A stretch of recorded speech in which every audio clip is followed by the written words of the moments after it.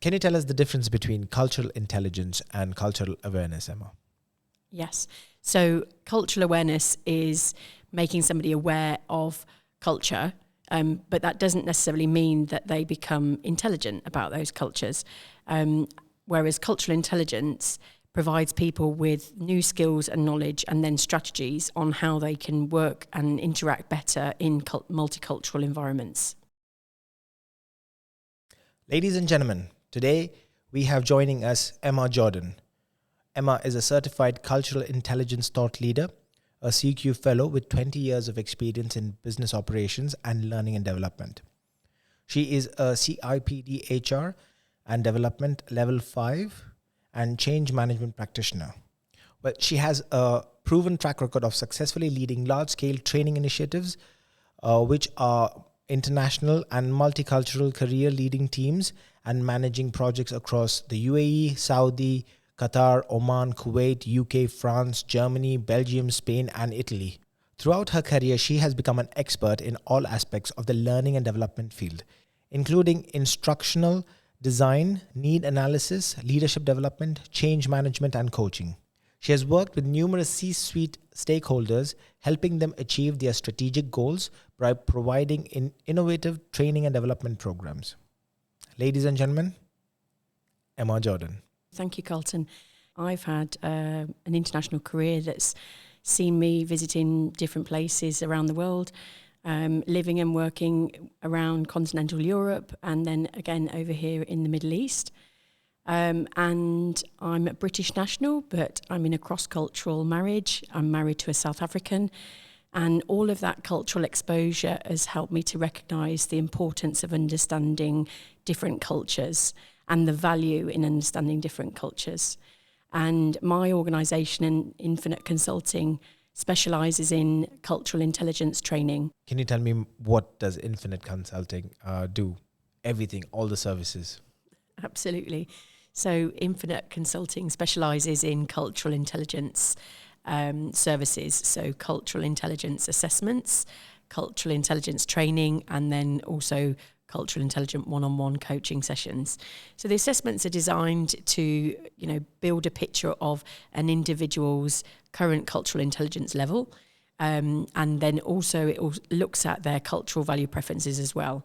With that information, then I'm able to give somebody an overview of themselves, how culturally intelligent they are, and then go through the preferences that they display, and then using that information, we can then look at how we can develop them as an individual based on the surroundings that they find themselves in. So they might want to have an assessment because they're moving to the UAE and they're not familiar with the culture here. And they want to recognise what the challenges are that they face in advance of arriving, in order that they can perhaps have done some learning and some development in order to prepare and equip them for the interactions that they're going to face. It might be a client that currently works within the UAE, but they're about to branch out in Saudi. Maybe they don't know much about the Saudi culture, and so they may decide that they want to go through an assessment with me in order to determine what their cultural values are and how that's going to fit or not fit so well with the culture that they're going to experience in Saudi. It might be that an organisation have got a multitude of different cultures working for them. And they might have a multicultural senior leadership team meeting. They're the decision makers. They're the ones that need to make sure this organisation is effective, but we need to make sure that they're working effectively as a team in the first instance. So you might have a CEO of a business that wants to put his senior leadership team through their cultural intelligence training so that they can all have an aggregate view of their cultural value preferences, and that will then obviously help them to see where they're likely to see good collaboration, but also where they're likely to see some pinch points or some conflict, and then in advance of those conflict situations, they can then work as a team to think about how are we going to work when we come across these circumstances. They can create a code of conduct for that team, so that they can say, when this arises, this is how we will work together and this is how we will operate. And it won't necessarily be the cultural preference of me or you, but it's what the team as a whole have decided that we will do in these situations. So what I understand is you have two plans. One's a long-term one for the corporates if they're having it within for the employees, and also a short-term plan in case someone needs a quick assessment in order to work with a different culture in a short span of time. Yes. This is for the companies. How about services for schools? Because that is also multicultural and there are a lot of students from different countries coming in. And how do they work with the different styles of communication they have in the school and back home? So I'm also a certified cultural intelligence educator as well, which means that I've done the training in order to look at how, as educators, we need to create an inclusive educational space for students. So the issue that we face as a teacher is that I come from one culture and my students all come from a multitude of different cultures. I need to make sure that in my classroom I create an inclusive environment so that regardless of the culture of the child, they all feel inclusive.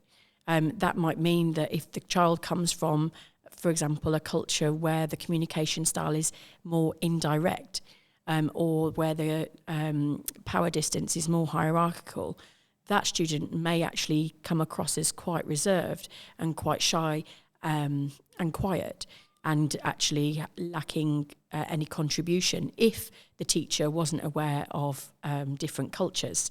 If she's aware of different cultures, she'll recognise that that's the cultural background of that individual, and that actually she needs to invite that individual to talk. She needs to give them an opportunity to speak by providing silence in the room. Not all cultures feel comfortable interrupting or interjecting or talking over others. And so if no one shuts up, then those individuals never get a chance to speak. So there's an example of how a teacher needs to be aware of those cultural preferences in order to make her classroom or his classroom inclusive. So my training will give those teachers the education that they need in order to look at like methods and approaches that they can take to make sure that, one, they're more culturally intelligent, but two, how can they then create a culturally inclusive environment in their classroom. The reason I asked this is because I was born and raised in the UAE. My parents are from India, and it was a bit difficult for me when I went back home. So I studied here till 7th. I went back home to India to study, and my style of communication was not really welcomed. So that's one. And then I got through it through experience, through various experiences.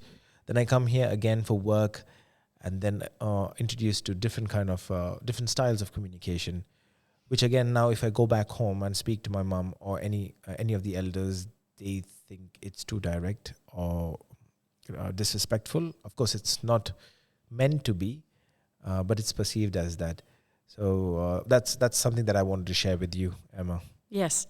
So I think that in that individual situation, you've obviously recognised that your culture, the culture that you have grown up in, has formed or shaped the way that you have chosen to personally communicate, and you've recognised now that that doesn't necessarily always fit well when you're in certain situations. And that is an element of cultural intelligence. It's around recognising when do I need to put different strategies or approaches in place in order to make sure a certain interaction is more effective. So when you're back home in India, you may decide to kind of dampen down your approach in your communication style in order that it's perceived as more respective, to the elders in your family. Now, some people might say, well, then I'm not being true to myself. I was going there. Internal conflict, yes. Yes. And I think that's down to individual. There are certainly things that we can choose that we're okay to flex on, and there's other things that we will choose not to flex on. For example, somebody's religious values may determine that they won't be able to flex on certain things. But if it's just a case of, in your circumstances, that you need to just not be so forthcoming with your conversation, and just allow more space in the conversation for your parents or other elders within your family to speak, then you then have to ask yourself, does it really, if it's not to the detriment of you if you do that? Actually, it actually benefits me if I do that, because if I benefit from it, or I will benefit from it because I will be perceived by my family as being more respectful. So actually, it's a good thing to flex. So yes, you might feel like you're not being your true self, but if it's not to the detriment of you, and actually it benefits you to flex, then it makes perfect sense to make that effort to think about, do I need to flex in this situation? So can you break it down for us, Emma? Help me understand this. Help you understand cultural intelligence? Yes, please. Absolutely. An example, please. Yeah. So cultural intelligence is made up of 4 different dimensions. The first being CQ drive, which is your motivational intelligence. That's how motivated you are to learn about different cultures. The second one is CQ knowledge, which is your cognitive intelligence, so how much knowledge you have about different cultures. The third one is CQ strategies, so that's your metacognitive intelligence. So what strategies do you put in place before you go into multicultural situations? How do you plan ahead, and how do you then how are you aware of the situation when you're in them, and how then the fourth one is CQ action, which is your behavioural intelligence. So how do you then flex and adapt to the situation that you're in order to be more effective in a multicultural environment? Can you tell us the difference between cultural intelligence and cultural awareness, Emma? Yes. So cultural awareness is making somebody aware of culture, but that doesn't necessarily mean that they become intelligent about those cultures. Whereas cultural intelligence provides people with new skills and knowledge, and then strategies on how they can work and interact better in multicultural environments. Why is cultural intelligence so important? So with globalization, digitalization, and then the impact that we had with COVID, it's more likely than ever that people are going to be working with people from different cultures. And so people need to be equipped with the knowledge and the skill in order to make those interactions effective. It enables everyone to learn a little bit more about other cultures and recognise that sometimes their way is not necessarily the right way or the wrong way, that we all have a different way of approaching things, and that once you become more culturally intelligent, then you recognise that you could potentially flex or adapt in different situations when working with different people, in order to maximise the opportunity of that interaction. And the impact that cultural intelligence can have would be? So cultural intelligence basically impacts the way that people make decisions, the way that they build relationships, they build trust, the way that they manage a team. So it basically impacts almost everything that we do as individuals, especially in the workplace. So cultural intelligence and an understanding of the way that people approach things based on their cultural values is really important. So there's research to suggest that homogenous teams, and by that I mean teams made up of people from the same culture, are likely to outperform multicultural teams. However, when you put cultural intelligence into the mix, where you actually educate the multicultural team to be more culturally intelligent, they actually outperform the homogenous team. So somewhere like here in the UAE, where we've got majority of people working in multicultural teams rather than homogenous teams, it's really vital that corporations invest in giving their employees cultural intelligence training in order that they can be more culturally aware, and also then learn how to advance their knowledge around culture, and how they can then implement strategies in order to be more effective in those multicultural situations. What are the common challenges that people face, Emma, as individuals and as corporates? So one of the common challenges is around communication style. So some cultures prefer to communicate in a more direct manner, and others in a more indirect manner. So what I mean by that is cultures that talk in a more direct manner, they use their words to make it really clear what it is that they're communicating to you. The full story and the full picture is articulated through the words. In an indirect culture, typically there may be less words used, and it might be around the message that's being sent might be based on what's not said. It might be about reading the room. It might be about the body language that's displayed in that moment. It might be around the silence that's displayed where words are not used. And if you're from those cultures, you will receive the message that's being conveyed. But if you're not from that culture, for example, the message might not be clear to you because you don't know how to interpret those cues. And you as somebody that's perhaps from a more direct communication culture are waiting for the other party to say the words. And so once we start to recognise that there's those differences in different cultures, we might start to see what is required in order for us to have a more effective communication. So as an example, some cultures don't like to say no, especially if it's to a senior.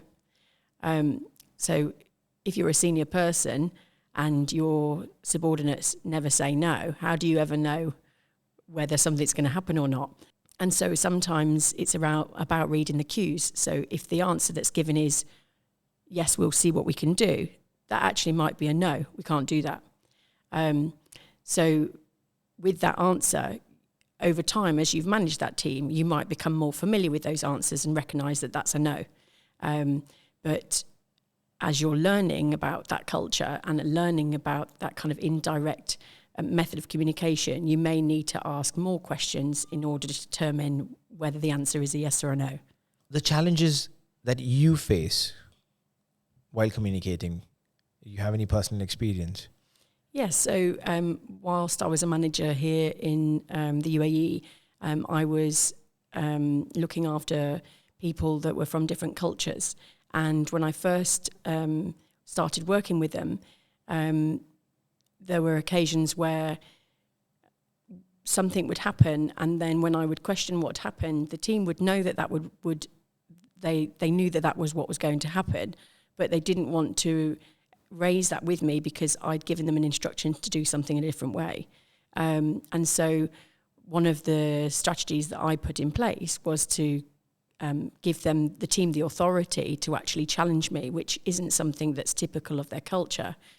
But I said to them, in order for us to work effectively together, if you believe that you have some additional information that you think would help me to make a decision or would help to determine that the decision that I've made is not necessarily the best one for our team, that you would then draw, my attention to that, so that then with that new information, I'm informed, and then I can choose whether I want to stick with the decision that I've made or whether I recognise that actually that would be an inappropriate decision to make, and that I need to then take heed of your new information and make a different decision. There was another example where we'd had major rainfall and the building that we were in was actually leaking quite severely, and the senior team were in a meeting, and only when we were in a break did the staff team feel that they could approach us and say, there's a leak in the building, and and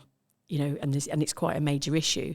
And it turns out the leak had been happening for a while, but there'd been nobody that had wanted to actually approach the door where the meeting was happening to say there's this issue, and that's down to culture, that's down to power distance, and power distance is to do with whether there's a major hierarchical culture within a community, or whether it's a more flatter culture, and the individuals must come from a more hierarchical culture where it would be inappropriate to disturb a senior team leader meeting, and so they felt it was more appropriate to leave it 30 minutes until the break and then notify us. In my culture, if there was, that would be considered an emergency, and it wouldn't matter whether it was a senior meeting or not. Somebody would come and knock the door and tell us that there's an issue and that we need to be aware of it. Give me some examples of cultural values. Okay, so we've got the individualistic versus collectivism. So is the individual interested in how things impact them personally, or do they look at the collective, as in, are they looking at how things impact the overall group? So an example of that in the UAE might be somebody from an individualistic culture is likely to probably, when they get paid, save for the future of their own future, or maybe pay into a pension or investments, whereas maybe somebody from a collectivism culture may choose to actually send a quantity of their wages back home to their family, because their culture kind of stipulates that they look after the collective, they look after the family back home. Another example is the direct and indirect communication style. So somebody with a direct communication style will say everything that they want to say through the words that they use, whereas somebody from an indirect communication style preference is likely to say less through their words, and more will be said through what's not said, through reading the room and just reading the cues of the key indicators of the words that were said. And then if you're from that culture, you'll know what the overarching message is that's being delivered, even if it wasn't said in words. Another example is power distance. So you're either from a low or high power distance, meaning that you come from a hierarchical culture or a flatter culture.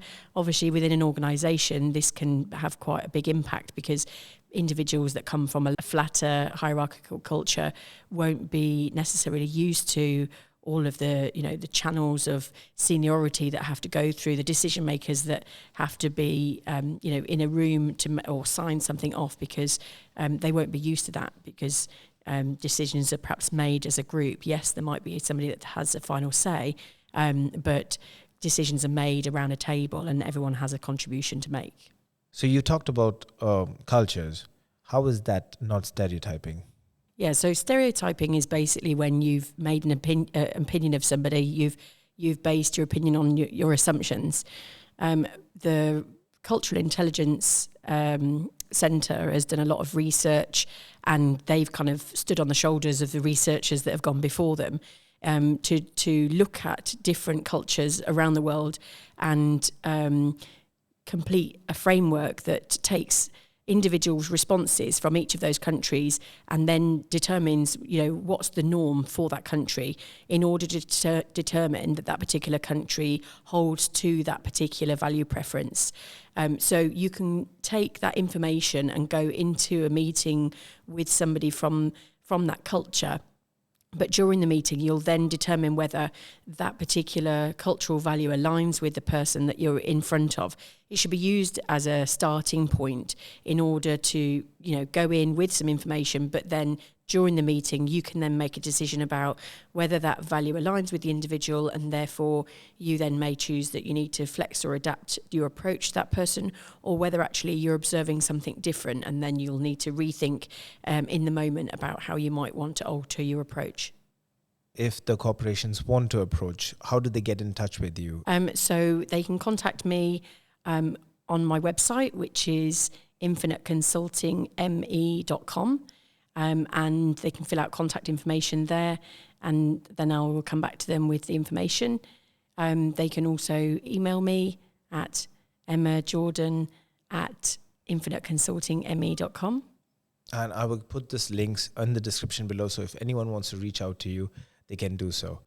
Your advice to corporates and individuals when it comes to cultural intelligence? My advice is to recognise that your culture may not necessarily be the right or wrong culture, and just to recognise that, everybody has a different culture, and therefore when we're in a work environment, we need to think about how we can adapt and flex in order that we can make sure that everybody in the workplace feels valued and included and has a sense of belonging. There's nothing worse than somebody getting up in the morning and dreading the idea of going into work because they feel excluded, or they feel like nobody understands them, or that every time they say something it's misunderstood. So I think that cultural intelligence really helps that feeling of inclusion within the workplace, and makes sure that everyone feels valued.